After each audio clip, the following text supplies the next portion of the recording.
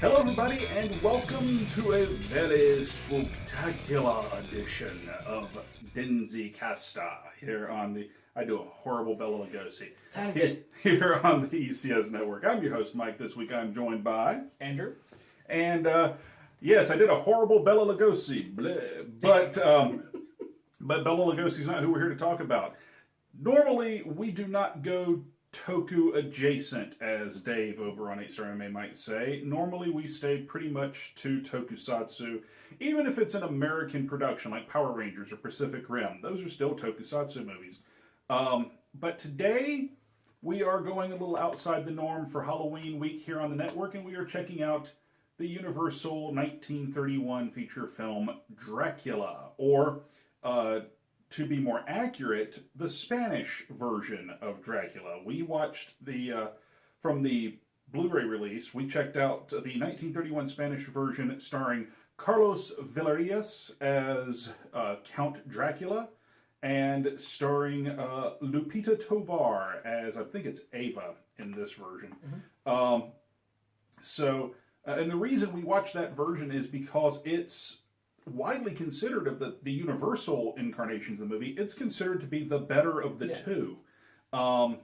So it's pretty cool. This you can usually pick up at various stores for about $10 right now. I think Walmart.com has it. I got mine at Walmart last year, a couple of years ago.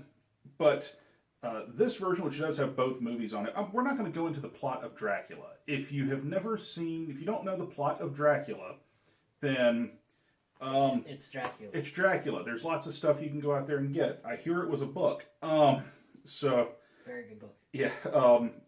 You could read the novel. There's this version, be it the Bela Lugosi or Carlos Valerius version.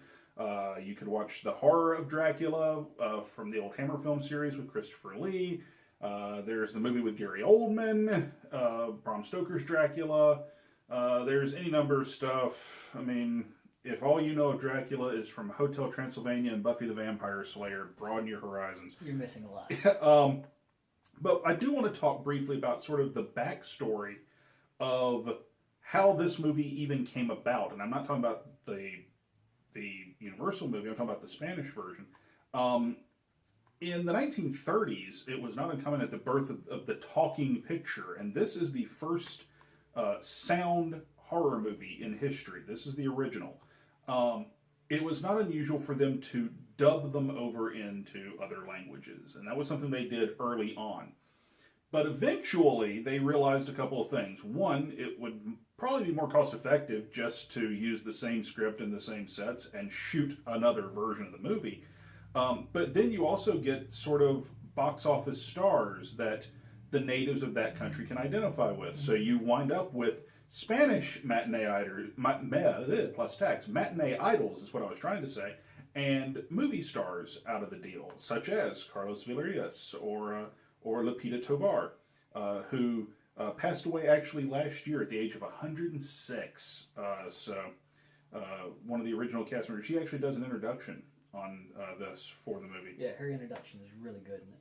Yeah, because she explains a lot of what they were doing. Yeah. So one of the reasons that the Spanish version is widely considered better is they had a unique advantage, and that was while the English crew would come in and shoot 8 a.m. to 8 p.m., the Spanish crew would come in and shoot from 8 p.m. to 8 a.m. But they got to see all the footage from the English crew, and they were using the same script and a lot of the same costumes. There are some modifications.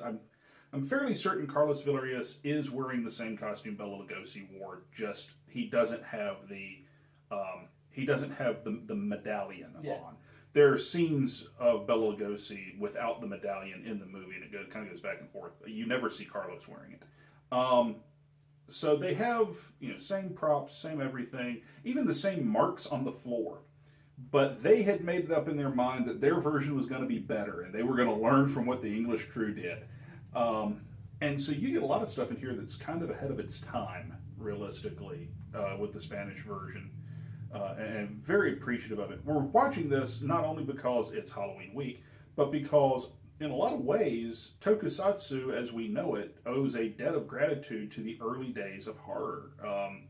we all hear about, I will reach behind Andrew here, we all hear about this one being a major inspiration to tokusatsu, and that's the original King Kong.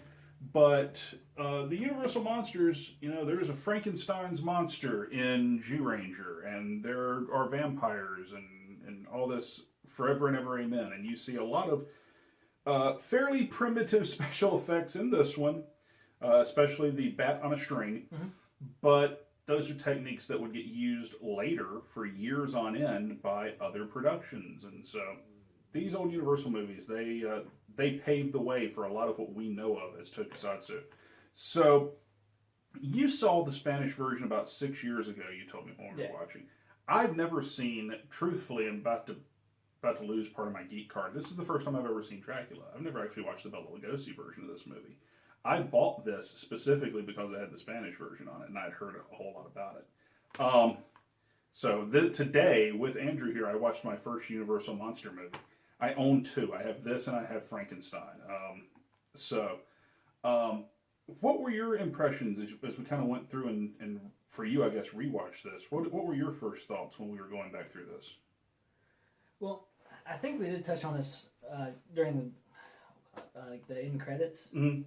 It's one of the movies that there's no music. Mm-hmm. It's just you're in the movie and that's it. It's you've got to feel the emotions of all the actors, and it's not what everybody's used to. I think we were talking about.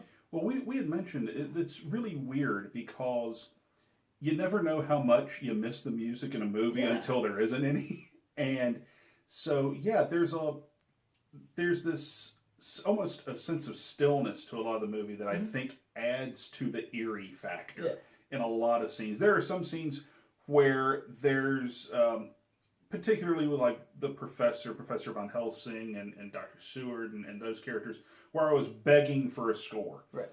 But a lot of the scenes where Dracula is doing Dracula things, it's just staring through the window. Yeah. There's no sound, and that actually just makes it a great deal more eerie. And as we were watching it... what's his name? Oh, shoot. The one that was hypnotized. Renfield. Yeah. Yeah, his scenes where he was psychotically laughing. Oh, yeah. That just, struck a nerve, and it was just that's some creepy shit. Yeah. And you would think, if we had watched this movie, and the same movie, shot for shot, were made today, then that creepy laughter would have been backed up by some sort of ominous but quickly paced score. Right. We would see Dracula peering through a window, and you would hear an organ playing in the background. It struck me, though, as being kind of interesting that there's so little music in this, because... Again, this is the first sound horror movie, period. The one that precedes this, there is one Universal Monster movie that precedes this, and that's Phantom of the Opera, which was the last silent horror film from Universal. In the old silent movie days, there's music through the whole thing. Right. So it struck me as kind of odd that there was no music here, but I've always said you have to judge these things by the time they were made. So you have to transport yourself a little bit back to 1931.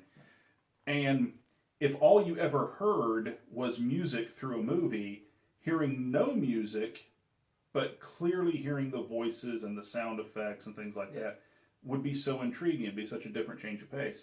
Probably as jarring as it is to us now, hearing it that way, but in a good way. Yeah. So... I was very struck watching this with a lot of the performances, and there's so much more emphasis on the performance with that lack of a soundtrack, basically. But I don't think anyone alive has not seen scenes from these movies, even if you've never watched them all the way through. I've seen a lot of the scenes from Dracula, like specifically, Bela Lugosi on the staircase and things like that. They put so much more camera work into the Spanish version with distinct camera moves, where the English version simply does cuts. Here we walk up the staircase to meet Dracula rather than simply cutting from the wide to the medium shot. There's the shot with him and Renfield in the castle when they're first arriving in what will be Renfield's room. There's, we've actually panned backwards. We zoom out, but there's no zoom on the camera. So we're panning back to get the full scope of the room again, instead of cutting from the medium just out to a big wide shot. Right. And it gives you such a different sense of scale. You get those sets were massive. Yeah. Imagine if that were today, it'd be CG. It would all be a green screen. You'd walk on the set, and there'd be nothing. There'd be walls about that shade of blue. So, what do you think of Carlos Valerius as Dracula, as opposed to Bela Lugosi, which we watched a little documentary afterwards where they talked so much about Bela Lugosi being so iconic as Dracula. But what did you think of Carlos in the lead role here? It was good, but yeah. I thought he was creepier than Lugosi. No. Was okay. Let me put it to you like this: Lugosi had this advantage in everything I've seen. Like I said, I've never actually watched Lugosi's version all the way through, but I've seen plenty of Lugosi stuff over the years. Lugosi has this tremendous advantage of sounding creepy. That's because he's Hungarian, and so he has that thick accent. And he's got the face that just... He does, but he doesn't have the eyes. Yeah. And Carlos Valerius, even though he is obviously a native Spanish speaker, and so you don't have to overcome the accent or the exaggerated voice, he just, every time they did the close-up of his eyes, and his eyes widening, and you could almost see he was in an effort to mentally control someone. Right. He's acting when he's not saying anything, which is, I love seeing that in movies. But to me, he actually came off as a little bit creepier, a little more over the top in places than anything I've seen from Lugosi's version. But because he has such different exaggerated facials, there were parts where I wanted to laugh. But particularly when he sees the cross around Renfield's neck at the beginning of the movie, he got this pouty face. So the cross as well as the mirror. Yes. There's a scene where he sees the mirror and he gets tricked by Van Helsing, and there's no reflection. He gets mad and he swats the mirror away. But it was a lot more. His movements are a lot more violent. Yeah. And jerky, I think, than Lugosi's in places too. So you've seen the Lugosi version, I assume, as well. Yeah. Sort of a brief compare and contrast. What does one do better than the other, in your opinion? I've never watched the Lugosi version all the way through, so if I'm going to watch the Lugosi version, what am I looking for as the highlights compared to the Spanish version? Been a while. Other than obviously Lugosi himself. Yeah, Lugosi's kind of its own creature. Well. Do they have the same soundtrack? I mean, is there that little music in Lugosi's version too? As far as I remember, yeah. Okay. I will say this: the one thing that struck both of us, and this is where we had our conversation during the end of credits. We're conditioned in the 21st century that the third act of the movie is going to have a big action set piece, and there's going to be a hell of a fight, and even the end of the Hammer film version in the 60s with Peter Cushing as Van Helsing and Christopher Lee as Dracula, it's not huge, but there's an action set piece at the end. There's an altercation. There really isn't an altercation in this. There's nothing, it just ends. They find Dracula's coffin. They put a stake through his heart. He screams. And he screams, and that's about it. That's the end of the movie. Yeah. It felt anticlimactic. Very much so. If we were, even in the 30s, I've seen plenty of old movies, there's still some sort of action climax in a lot of those. Not as we would think of it today, but there's usually something. Is it a little jarring for the movie to end, you think, without Dracula putting up a fight? Yeah. I mean, even where he was, blinded by the sunlight. It was just like, and then he just faints into his coffin, and then that's it. Yeah, that's about it. What we normally do the likes and dislikes. What did you like about this version? What stood out to you as really good that you enjoyed watching this Spanish version again? Well, one big thing that I did like was the actors. I mean, they put a lot more effort. I feel like they did in actually portraying what they wanted. Mm-hmm. Other than that, it was just kind of like you knew what was going on. Sure. So I mean, yeah, they were trying to give you a story, but it was like we've been here before. Yeah. I really liked Carlos Valerius as Dracula. It would have been very easy, I think, for even the studio to just say, do what Bela did. And I think it would have been very easy for them to say that to all of the actors, do what so-and-so did.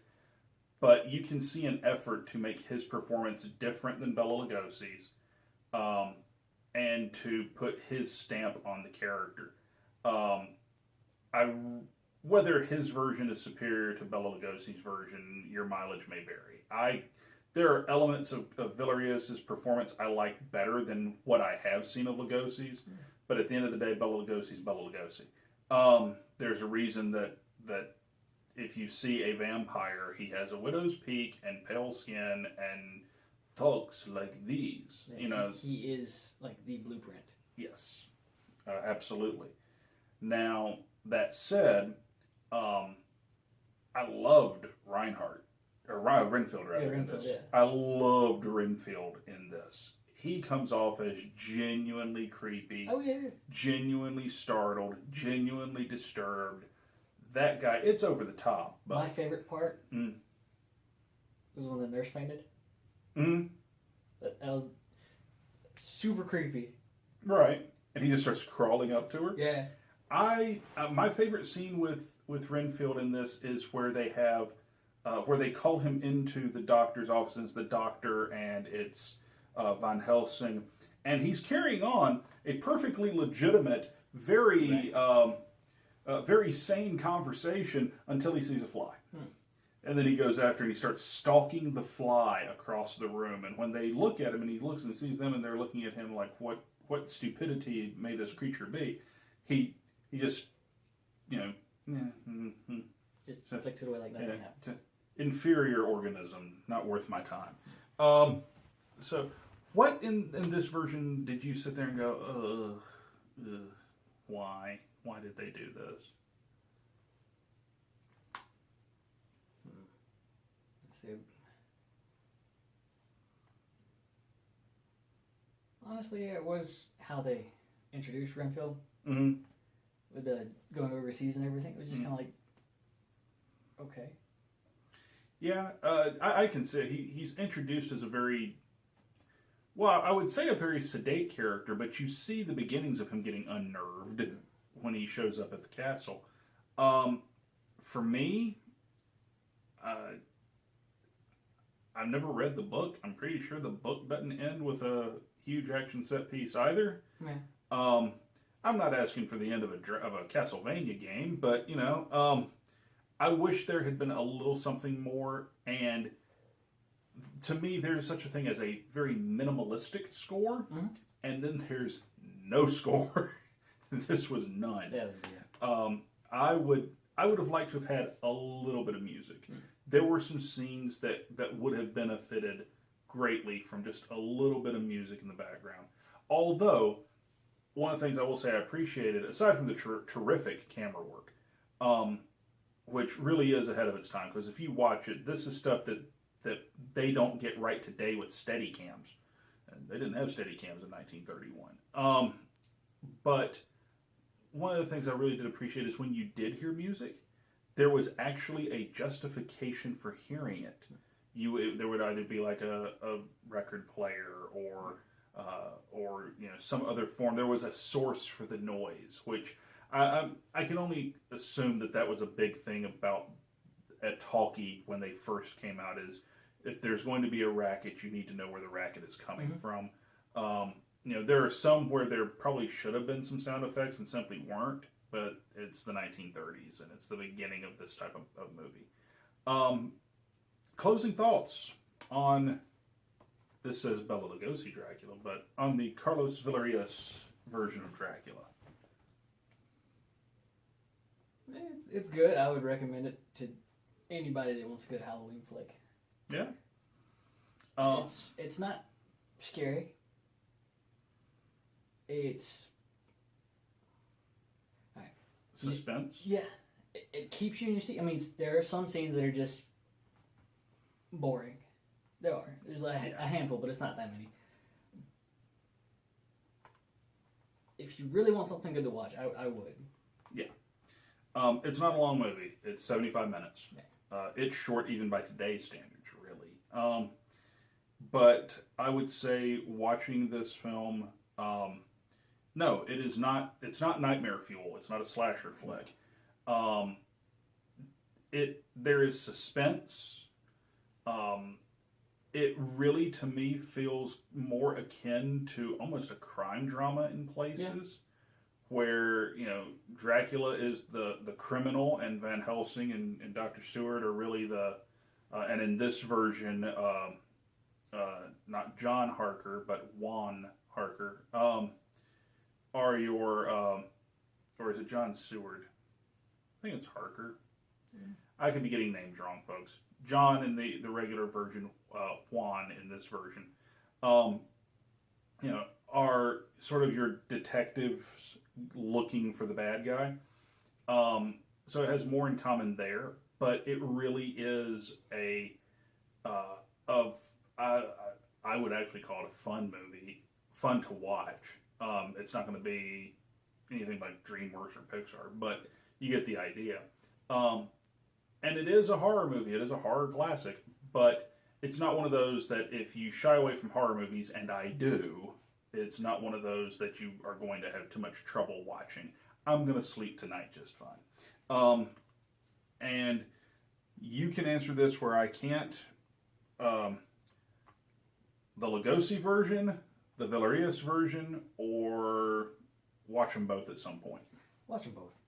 Okay, fair enough. So, folks, that is Carlos Valerius starring as Dracula in the 1931 Universal Monster flick.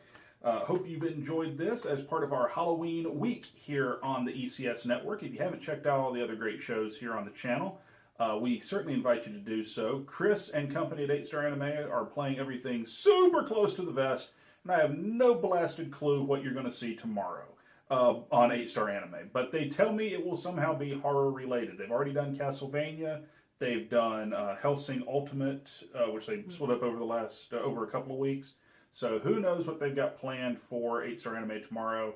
Of course, go back and check out this week's episodes of Denzi Blitz. Denzi Blitz, we filmed these out of order, folks. So this is the first Universal movie I've watched all the way through, but Denzi Blitz, I'm watching Frankenstein, which I haven't taped yet, but I'm doing that when you've already seen it. That was this past Tuesday.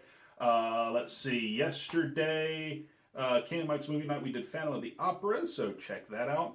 And of course, we played Elder Sign on Rage Quit Radio this past Monday, so check that out too. If you've enjoyed what you've seen, hit the like button, or if you have problems with what we said, hit the dislike button. We like feedback in either direction. Leave your notes down in the comments below. And hit the subscribe button. That helps us out a lot here too on the ECS Network. If you want to help us out with new cameras, new lights, other stuff that we can use in all the various shows, you can do that by becoming one of our patrons at patreon.com/ECS Network, or by going to cafepress.com/ECS Network and getting yourself a cool t-shirt, not unlike the Space Sheriff shirt that I'm wearing here today, the Space Sheriff inspired Denzicaster t-shirt. So do that. All the proceeds go to help us out here on the channel. And Adam, wanted to give a shout out to him. Last name, Adam, I'm not going to murder it, but he is our first patron on Patreon, so thank you for becoming one of our patrons. Hopefully by the time this airs, you're not the only one. But you are the first. We want to thank you for that. So folks, until next time, I'm Mike. I'm Andrew. And we'll see you on Denzicaster.